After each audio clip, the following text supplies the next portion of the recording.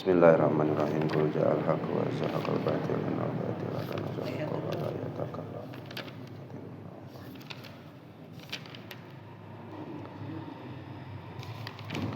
Bismillahirrahmanirrahim. Assalamualaikum warahmatullahi wabarakatuh. Bismillah, alhamdulillah, alhamdulillahilladzi an'amana bi anwa'in ni'am. Asyhadu an la ilaha illallah wa asyhadu anna Muhammadan abduhu wa rasuluh. Allahumma shalli ala sayyidina Muhammadin wa ala alihi wa ashabihi wa man tabi'ahum bi ihsanin ila yusaku bihil mu'minun ila daris salam, amma ba'd. Qala Allah Ta'ala fi kitabihil karim wa huwa asdaqul qailin. Bismillahirrahmanirrahim. Ya ayyuhan nasu u'budu rabbakumul ladzi khalaqakum wal ladzina min qablikum la'allakum tattaqun. Al-ayah. Shadaqallahul azim wa shadaqa rasuluhul karim wa nahnu ala dzalika minasyahidin wasyakirin walhamdulillahi rabbil alamin. Wa qala fi du'a rabbi shrah li sadri wa yassir li amri wa hlul 'uqdatam min lisani yafqahu qawli. Allahumma sakhkhir lana lisana sidqi waj'alhu mahallal fahmi lil khitabi wan nutqa bis shawabi wal amala bis sunnati wal kitabi. Allahumma iftah lana abwabal ilmi wa zidna ilma wa fahma wa alhiqna bis salihin. Allahumma iftah alaina futuhal arifina bi hikmatika wansur alaina rahmataka wa zakirna manasina ya dzal jalali wal ikram walhamdulillahi rabbil alamin. Qala mu'allifu hadzal kitab rahimahullahu ta'ala wa nafa'ana bihi wa bi ulumihi wa a'ada alaina min barakatihi wa karamatihi. Allahumma waffiqna li isabati shawab wa janibna zayga wal irtiyab wa anfa'na wal muslimina bima hawa hadzal kitab ala hadhihi niyatil hasanah wa bi kulli niyatin shalihah. Al-Fatihah. A'udzu billahi minasy syaithanir rajim. Bismillahirrahmanirrahim. Alhamdulillahi rabbil alamin arrahmanir rahim maliki yaumiddin. Iyyaka na'budu wa iyyaka nasta'in. Ihdinas siratal mustaqim. Siratal ladzina an'amta 'alaihim ghairil maghdubi 'alaihim waladdallin. Rabbighfirli walidayya. Alhamdulillah, Bapak-bapak sekalian, pada kesempatan malam hari ini insyaallah kita coba melanjutkan kajian kita membaca kitab Hikam, yang mana pada pertemuan sebelumnya, agar kita tidak lupa, coba kita akan mengulang kembali, yaitu man arafal haqqa syahidahu fi kulli syai'in wa man faniya bihi ghaba an kulli syai'in wa man ahabbahu lam yu'thir alaihi syai'an. Barang siapa yang mengenal Allah yang hak, maka ia akan menyaksikan Allah pada tiap-tiap sesuatu. Barang siapa yang fana dengan Allah, maka hilanglah ia dari tiap-tiap sesuatu. Dan barang siapa yang mencintai Allah, maka ia tidak memprioritaskan atas Allah pada sesuatu apapun. Sehingga pada pertemuan sebelumnya kita sudah membahas dua makalah, dua pakroh dari apa yang disampaikan oleh Syekh Ibnu Athaillah Sakandari. Sebelum kita lanjutkan pada makalah yang terakhir, kita mengulang kembali bahwa barang siapa yang mengenal Allah, maka ia akan menyaksikan Allah pada tiap-tiap sesuatu. Mengenal Allah dalam bahasa ilmu tasawuf, ilmu yang kita kaji ini disebut dengan istilah ma'rifat. Jadi ma'rifat itu bukan bahasa yang menyeramkan. Ma'rifat itu bukan bahasa yang sulit dicerna, tapi ma'rifat itu bagian dari keilmuan yang bisa kita cerna bersama-sama. Dari beberapa tingkatan ma'rifat, kita akan coba mengulang kembali. Pertama, ma'rifat itu artinya adalah orang mengenal Allah melalui jalur pengenalan atas sifat-sifat Allah. Berhubung kita tidak bisa mengenal Allah, mengetahui Allah dengan mengetahui hakikat zatnya, dan kita pun tidak diperintahkan untuk itu. Jadi Bapak di dalam Al-Quran gak akan menemukan satu ayat pun atau dalam hadis menemukan satu ayat, satu perintah pun yang mewajibkan kita mencari tahu atau mengetahui hakikat zatnya Allah seperti apa. Gak ada. Yang diwajibkan oleh Allah kepada kita adalah mengenali sifat Allah Subhanahu wa taala. Nah, mengenal sifat Allah sama saja dengan mengenal Allah Subhanahu wa taala. Nah, mengenali sifat itulah yang disebut dengan makrifat. Orang mengenal sifat Allah, tingkatan makrifat yang pertama adalah orang yang menghafal, memahami dengan akalnya apa itu sifat-sifat Allah, sifat wajibnya seperti apa, sifat pekerjaan Allah seperti apa, kemudian dia pahami, dia ingat-ingat di dalam akalnya. Maka yang seperti ini tingkat pertama dari makrifat.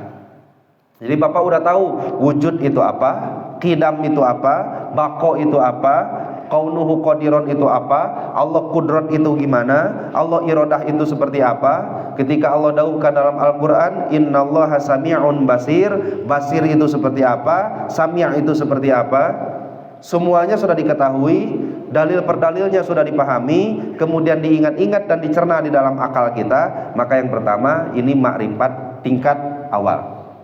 Laju dari sana, kemudian adalah makrifat tingkat kedua, yaitu apa yang dipahami dengan akal sudah meresap ke dalam hati. Seakan-akan sifat-sifat Allah yang ia pahami tersebut sudah bisa ia rasakan dengan hatinya sendiri. Nah, ini tingkat yang kedua. Jadi orang sudah mengenal bahwa Allah itu kudrat. Kudrat itu artinya kawasa. Kawasa itu maksudnya mentiadakan yang ada dan mengadakan yang tiada.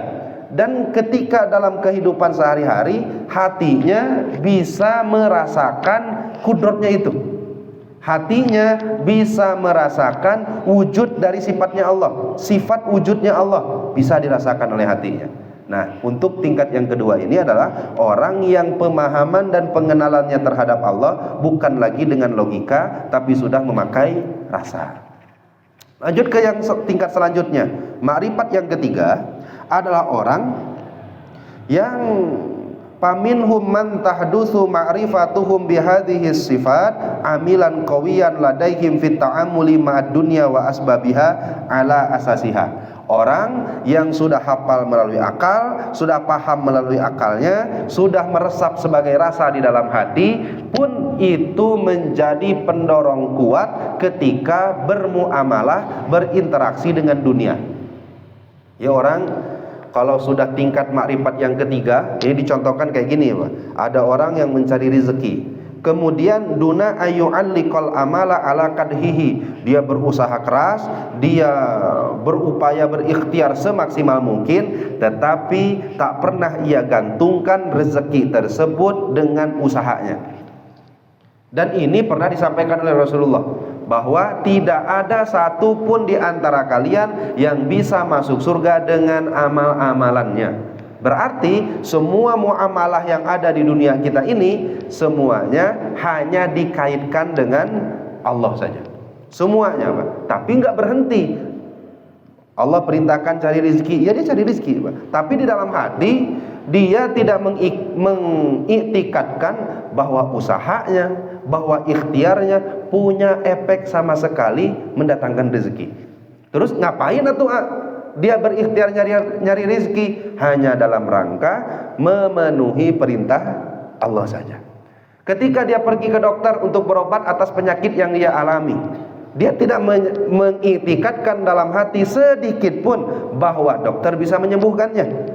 Dan dia pun tidak mengiktikadkan sedikit pun bahwa obat punya kuasa untuk menghilangkan penyakitnya. Tapi yang ada di dalam hatinya, baik itu sakit ataupun sembuh, datangnya dari Allah, dan Allah lah yang menghilangkannya. Terus naonan ke dokter? Karena Allah yang merintahkan. Terus ngapain atuh makan obat? Ya karena Allah yang memerintahkan. Nah, sehingga muamalahnya orang jenis makrifat yang ketiga ini adalah orang yang jasadnya dengan dunia tapi hatinya dengan Allah. Ini makrifat yang tingkat ketiga. Ada makrifat yang tingkat keempat. Apa itu makrifat tingkat keempat? Orang yang hatinya sekarang sudah penuh dengan pemahaman atas sifat-sifat Allah. Rasanya sudah bisa merasakan kehadiran sifat-sifat Allah. Basirohnya sudah mulai sensitif, bisa melihat kudrotnya Allah, bisa melihat irodahnya Allah, bisa melihat sifat baiknya Allah dan lain-lainnya. Sehingga bukan lagi bermuamalah dengan dunia, tapi apa yang terlihat oleh mata semuanya menghubungkan ia dengan Allah. Ini tingkat yang terakhir. Tingkat terakhir itu adalah orang yang bukan lagi sekedar hafal, bukan lagi sekedar paham, bukan lagi hanya sebuah rasa, bukan hanya sebagai pendorong bermuamalah, tapi apa yang terlihat, apapun kondisinya, semuanya menghubungkan ia dengan Allah Subhanahu wa ta'ala. Sampai-sampai Syekh Ibnu Athaillah As-Sakandari menyampaikan, barang siapa kenal dengan Allah, ia akan menyaksikan Allah pada tiap-tiap sesuatu. Sampai sini bisa dipahami.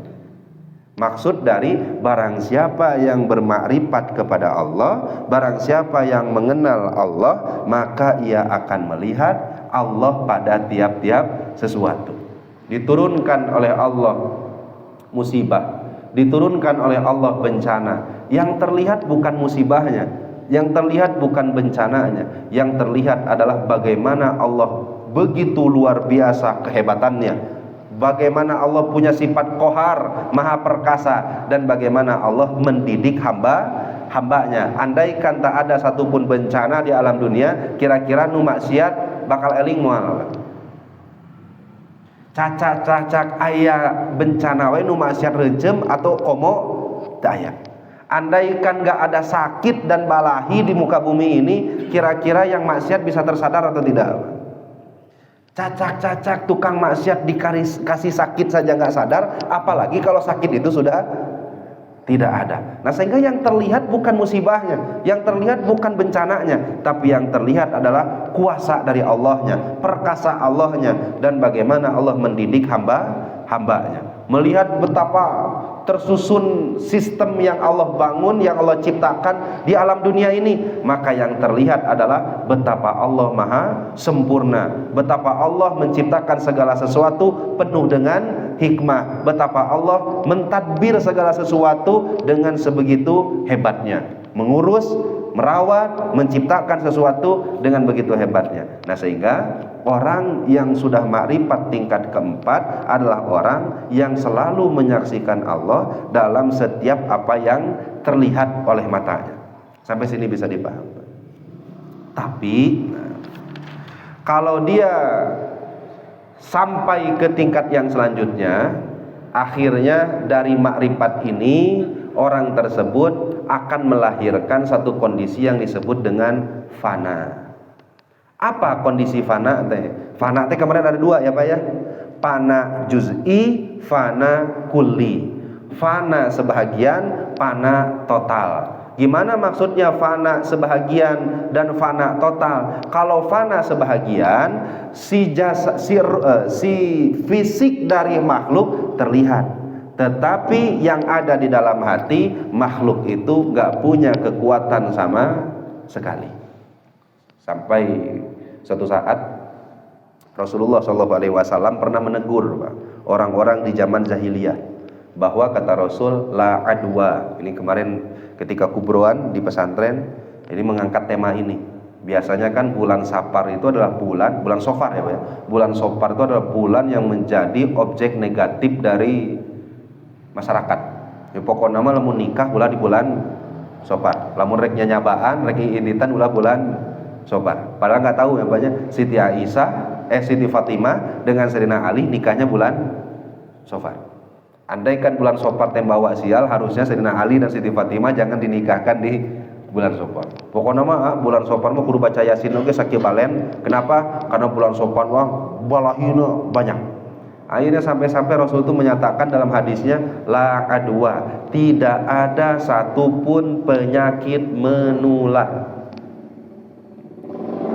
Tidak ada satupun penyakit menular, wala tiyarota, dan tidak ada tiaroh. Tiaroh itu Bapak kalau mau bepergian kemudian ambil burung hibergeun, mun burung belok ke kanan jadi, lamun burung belok ke kiri terjadi.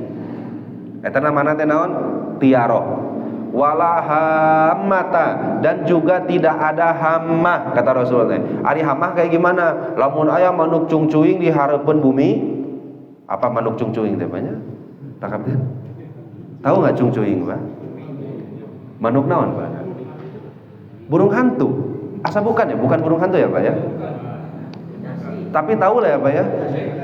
Nah, manuk cungcuing kalau sudah ada di atas rumah itu pertanda. Tanda naon, Pak?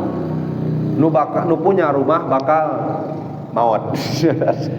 Lamun teu maot cilaka, lamun teu cilaka gering, lamun pokona mah aya bae. Nu penting mah aya manuk cungcuing maka musibah. Kalau di zaman jahiliyah ada namanya burung hantu. Kalau burung hantu sudah hinggap di satu rumah, maka itu pertanda yang punya rumah meninggal. Kalau tidak tertimpa musibah, kalau tidak terkena balahi. Nggak ada yang kayak gini kata Rasul. Kemudian sampai yang ke terakhir, wala sofaro, tidak ada satupun bulan yang bisa mendatangkan madorot dan tidak ada satupun bulan yang bisa mendatangkan manfaat. Nggak ada. Tapi di sisi lain, ketika Rasul menyebutkan tidak ada penyakit yang menular, di akhir hadis Rasul menyebutkan wa firro minal majdumi kafirorika minal asad. Kalau kamu ketemu orang yang punya penyakit kusta, dan kita tahu bahwa kusta itu menular, kamu harus pergi, kamu harus kabur, kamu harus menghindar seperti kamu ketemu dengan singa. Kira-kira bentrok tuh Pak hadisnya? Bentrok tuh Pak? Oh, mun urang-urang lain hadis ngartikeun eta geus bingung manten ya Pak. Ya teh naon maksudna Rasul tuh? Satu, pada paragraf yang pertama Rasul nyebut enggak ada penyakit yang menular. Di paragraf terakhir Rasul menyebutkan kalau ketemu dengan orang yang punya penyakit kusta, kamu harus pergi, kamu harus kabur. Kenapa? Karena menghindari penyakit tersebut. Jadi sebenarnya ada enggak Pak penyakit ya Pak yang menular ya? Nah ternyata yang disampaikan oleh Rasulullah beda ranah. Yang satu ranahnya i'tikad, yang satu ranahnya amaliyah. Artinya gak boleh satupun orang beriktikad ada sakit yang bisa menular dengan sendirinya. Gak boleh. Gak boleh ada orang yang mengiktikadkan dalam hati bahwa flu punya kekuatan untuk berpindah ke badan yang lain. Gak boleh. Dan semua itu bisa pindah tetap biiznillah, dengan izin Allah, dengan kekuatan Allah, dengan irodahnya Allah. Nah sehingga yang dinafikan oleh Rasulullah bukan menghindarnya, tapi yang dinafikan oleh Rasulullah i'tikadnya. I'tikad kita bahwa penyakit bisa menular dengan sendirinya. Tapi kalau ketemu dengan orang yang punya penyakit yang biasanya Allah tularkan penyakit tersebut dengan orang yang dekat dengannya, kita pun wajib ikhtiar agar menghindar. Bisa nggak kira-kira kita gabungkan Pak? Dua hadis ini Pak. Satu hadis Pak dengan dua tema ini Pak. Satu, ketika Rasulullah SAW menerangkan bahwa tak ada satupun penyakit yang menular, itu sama saja dengan mengatakan bahwa tak ada satupun ikhtiar yang bisa mendatangkan rezeki. Nggak ada. Maksudnya jangan iktikadkan bahwa ikhtiar itu mendatangkan rezeki, karena ikhtiar dengan sendirinya nggak bisa mendatangkan rezeki. Tetap dengan karunia dan izin Allah. Ketika Rasul mengatakan gak ada penyakit yang menular, itu sama saja dengan mengatakan tak ada satupun obat yang dengan sendirinya bisa menyembuhkan penyakit. Tetapi ketika Rasul SAW menyebutkan kalau kamu ketemu dengan orang penyakit kusta, kamu harus menghindar, itu sama saja. Kita jangan beriktikad bahwa obat menyembuhkan sendiri, tapi kita harus tetap minum obat. Sampai sini bisa dipahami. Nah ini apa maksudnya? Adalah orang yang hatinya fana juz'i. Artinya fana juz'i, semua yang terjadi di alam dunia semuanya adalah dengan pengaruh efek dari Allah, kehendak Allah. Adapun makhluk semuanya sudah tidak ada lagi asar, sudah tidak ada lagi efek sama sekali. Sampai sini bisa dipaham, Pak. Ini namanya fana juz'i. Kumalamun fana kulli. Kalau fana kulli, makhluknya nggak punya efek, makhluknya pun lenyap dari pandangan. Makhluknya nggak punya efek, makhluknya pun nggak terlihat oleh pandangan mata hatinya, nggak ada makhluknya. Kenapa? Karena semuanya dianggap hanya bayang-bayang dari dari sifat penciptanya Allah Subhanahu wa Ta'ala. Nah, sehingga ini yang disebut dengan fana kulli. Nah, bakal terjadi nggak dalam perjalanan rohani seseorang? Dimulai dari mengenal, setelah mengenal dia akan punya iktikad semua makhluk tidak punya kekuatan sama sekali, sampai ada orang yang selain mengiktikadkan makhluk tidak punya kekuatan sama sekali, dia pun tidak melihat jasad dan jisim fisik dari makhluk itu sendiri. Ada nggak yang seperti itu? Ada, disebutlah fana kulli. Tetapi biasanya orang yang seperti ini tidak akan lama di makom ini, akan kembali berinteraksi dengan dunia, tetapi Allahnya tetap ada di hati. Coba kita perhatikan apa yang didauhkan oleh Syekh Ibnu Athaillah As-Sakandari. Barang siapa yang fana dengan Allah, maka hilanglah segala sesuatu. Sampai sini bisa dipahami. Jadi barang siapa yang mengenal Allah, Allah akan dilihatnya pada tiap-tiap sesuatu. Barang siapa yang sudah fana dengan Allah, maka hilanglah tiap-tiap sesuatu. Yang terakhir, nah ini mudah-mudahan kita pun ya diberikan karunia dari Allah. Ya walaupun kita ini tuh baca kitab yang kita sendiri pun nggak sampai ke sini. Ya bingung kita nyapanya. Jadi kita baca kitab yang kitab tersebut bukan di ranah kita. Ini kayak anak SD belajar pelajaran SMA. Tapi nggak apa-apa, minimal menjadi informasi, minimal menjadi inbias, support bagi kita agar semakin memperbaiki diri kita dan melihat betapa ternyata hati para hamba Allah itu macam-macam rupanya. Nah, kemudian selain makrifat bisa membuahkan fana di dalam hati seseorang, maka makrifat pun bisa berbuah mahabbah di dalam hati seseorang. Karena bagaimana mungkin, Pak, orang yang selalu melihat Allah dalam sendi-sendi kehidupannya, dia tidak jatuh cinta kepada Allah. Karena yang terlihat adalah kebaikan dan kebaikannya saja. Makanya orang-orang ketika melihat Allah, tetap puncaknya adalah yang terlihat Allah tuh Rahman, Allah tuh Rahim.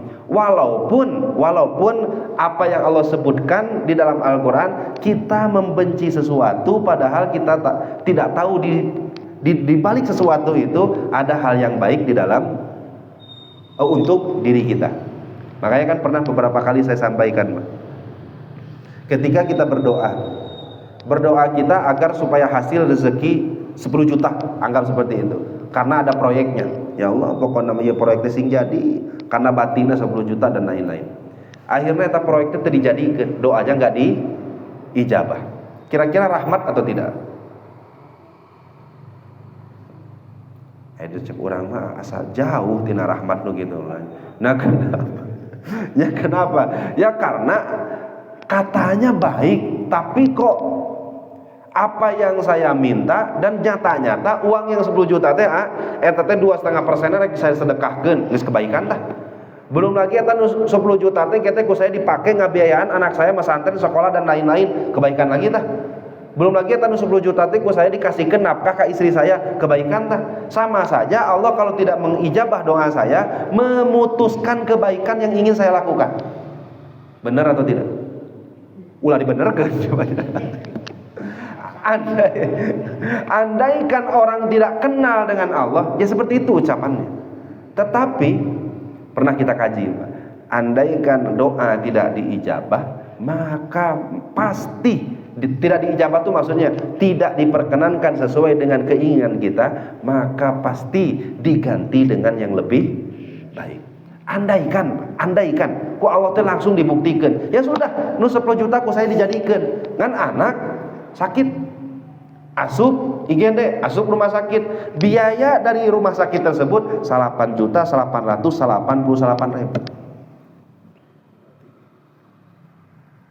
Urang teh minus, Pak. Nah minus karena kayak parkir kan lumayan 2.000. Minus 1.000. Nah kira-kira andaikan ku Allah teh langsung ditujukan seperti itu, milih diijabah mending sehat wae anak. Ini sehat saja. Dan kita kan nggak tahu, Pak. Ketika keinginan kita nggak diijabah oleh Allah, digantinya jadi apa? Kan nggak tahu, Pak. Bisa saja anak sehat, bisa saja istrinya jadi solehah. Di saat istri-istri yang lain, nauzubillah summa nauzubillah min dzalik, masih berhubungan dengan laki-laki yang bukan mahramnya, tapi istri kita alhamdulillah, Pak. Di rumah gelar sajadah, baca Quran. Pernah nggak kira-kira bapak berusaha bikin istri bapak sesolehah itu? Kira-kira nih, Pak, dalam kesolehahan istri bapak, kira-kira ada nggak andil bapak? Da asa teh ujug-ujug da isi urang mah solehan lagi. Tahajud ente digeingkeun, bapak nu ngageuingkeun atau bapak nu digeingkeun? Digeingkeun lobah nama. Padahal kita nggak pernah ikut andil mendidik istri kita rajin tahajud, tapi kok nahanya tahajud baik. Mungkin saja, bisa jadi, Pak, bapak minta sesuatu tapi dialihkan menjadi istri yang solehah. Nah sehingga orang-orang yang sudah makrifat dengan Allah, orang-orang yang sudah kenal betul dengan Allah, mereka selalu menganggap apapun yang terjadi di dalam hidup pasti itu teh terbaik dari Allah Subhanahu wa taala. Nah sehingga timbullah rasa cinta. Belum lagi, Pak, kalau kita baca dalam keterangan-keterangan yang lain, orang mentafakuri setiap nafas yang kita hela. Salah satunya dalam kitab Ayyuhal Walad, ada orang yang umurnya sudah sampai 40 tahun, kemudian ditafakuri, ditimbang-timbang sendiri, di umur 40 tahun kebaikannya belum bisa menyamai keburukannya. Maka tempat yang paling layak bagi orang yang seperti ini adalah neraka. Itu kan kalau kita lihat keterangan itu asate ngagebeg hate banyak. Ngagebeg hate kunaon? Karena boro-boro melebihi, menyamai saja asate jauh pisan urang. Nah, kemudian ketika ada seseorang, di dalam beberapa kitab disebutkan melihat betapa mahabbahnya itu muncul karena sababiyah dia melihat kemaksiatannya. Banyak maksiatnya, tapi rezeki tak pernah berhenti. Bahkan ada di kondisi kita tuh kadang-kadang banyak. Dulu ke zaman-zaman teling. Ayeuna mah insyaallah bapak areling, mudah-mudahan eling lagi sing diistiqomahkeun ku Allah. Nah, di zaman-zaman kerjahiliyah dulu rajin sholat jeung teu rajin sholat, rezeki teh asa kene lancar teu rajin sholat. Saya tuh purna jamaah, Pak. Saya tanya, ayeuna ngaji deket, mau disebutkeun da orang dieu banyak. Nah, lamun disebutkeun bapak sigana kenal. Akhirnya punya usaha, ketika punya usaha sholatna belang betong. Akhirnya aku saya sebutkan tukang sholatan, tukang minimal sholat sunat tede atau nu wajib be atuh. Puasa ge jarang banyak. Sunat atau komo, nu wajib na bae tara, nu sunat atau komo. Akhirnya suatu waktu ya kelihatan diomongkeun, Kang, saya mah nyarekan ieu mah kewajiban saya teh. Ari nu wajib mah kerjakeun. Eta ku nembal banyak. Saat abi teh asa beda. Asa aya nu beda. Kalau saya sholat, toko teh sepi. Tapi lamun teu sholat lancar segitu. Kadang-kadang ya banyak. Kalau kita tafakuri kemaksiatan mineng, bahkan kalau kemaksiatan ditimbang dengan kebaikan, asa-asa teh asa menang keneh maksiat diri kita nih. Tetapi dari dulu sampai sekarang yang Allah berikan pasti yang terbaik. Larasnya banyak. Mengenang hal tersebut, kira-kira muncul apa? Rasa cinta ke Allah. Mestinya muncul, Pak. Nah sehingga orang-orang yang sudah mengenal Allah, sudah sangat dekat dengan Allah, jangankan melihat nikmat, melihat maksiat pun muncul rasa cinta dari dirinya. Artinya bukan maksiat ke depan ya Pak ya, maksiat yang ke belakang. Makanya pernah ada yang salah paham ke saya. Saya pernah nyebutkan bahwa maksiat itu sebahagian dari nikmatnya Allah. Itu serada kerung nyebutkan. Kenapa? Karena maksiat yang saya maksud bukan maksiat yang di depan, tapi maksiat yang di belakang, yang sudah jauh-jauh hari pernah kita lakukan. Karena kemaksiatan itu fungsinya satu, mengikis rasa ujub di dalam hati.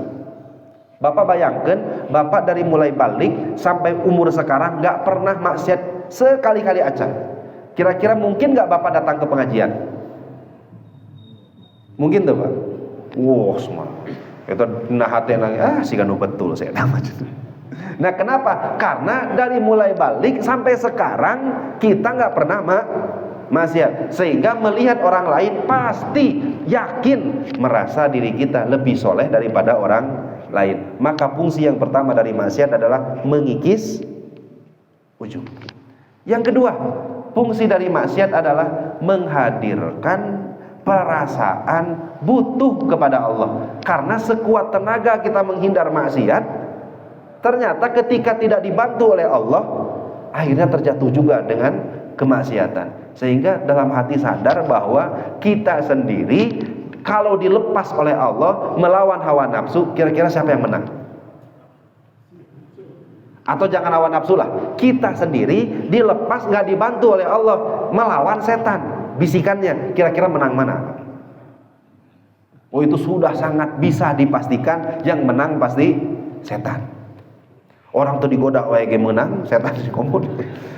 Kadang-kadang setan bingung banyak. Ayo orang sholat, Allahu Akbar, merek digoda, geus ngahuleng manten. Padahal belum digoda, geus ngahuleng manten banyak. Akhirnya ketika dibiarkan oleh Allah kita bertarung dengan setan sendiri, ya pasti menang setan. Ketika Allah biarkan kita bertarung dengan hawa nafsu sendiri, pasti menang hawa nafsu kita. Nah sehingga bermaksiat di masa lalu bisa menghadirkan perasaan dalam hati kita benar-benar butuh dengan pertolongan Allah Subhanahu wa taala. Dan terlebih ketika orang yang maksiat hadir di dalam hatinya menyesal dengan kemaksiatan tersebut, Allah bukakan pintu lebar-lebar, pintu penerimaan tobat bagi orang-orang yang menyesal. Kira-kira Pak, andaikan dulu tidak pernah ada maksiat dan di surga tidak ada satu pintu yang bernama Babut Taibin, pintu yang hanya dilewati oleh orang-orang yang bertobat, maka apa jadinya? Nah sehingga bagi orang yang dulu pernah maksiat, sekarang gak ada ujub, sekarang merasa butuh atas pertolongan Allah, sekarang lisannya selalu mengucapkan istighfar, menyesal atas perbuatan maksiatnya. Kira-kira maksiatnya dulu itu nikmat atau musibah? Kita nggak ngomongkan yang ke depan. Kalau ke depan musibah semuanya, Pak. Ini ngomongkan yang di belakang.